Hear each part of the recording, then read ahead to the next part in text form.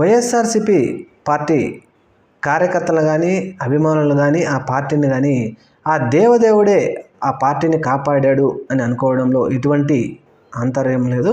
ఎందుకు ఈ మాట అంటున్నామంటే, మన ముఖ్యమంత్రి చంద్రబాబు నాయుడు గారు లడ్డు కల్తీ విషయంలో వ్యాఖ్యలు చేసిన తర్వాత వైఎస్ఆర్సీపీ పార్టీకి చెందిన కార్యకర్తలు అభిమానులందరూ ఒకంత ఆశ్చర్యానికి లోనయ్యి ఇదేంటిది, ఇంత పెద్ద అభాండం మన మీద వేశారు, ఇప్పటికే మనము ఈ ఎల్లో మీడియా ఈ పార్టీ మన మీద చేస్తున్న దాడులకు మనం తట్టుకోలేకపోతున్నాం, దేవదేవుడి మీద కూడా మనకు ఇంతటి అభాండం వేశాడే, ఇది నిజంగా జరిగిందా లేకపోతే తెలుగుదేశం పార్టీ మన మీద వేస్తున్న అభాండం అని చెప్పేసి వాళ్ళు ఒకంత నైరాశ్యానికి గురయ్యారు.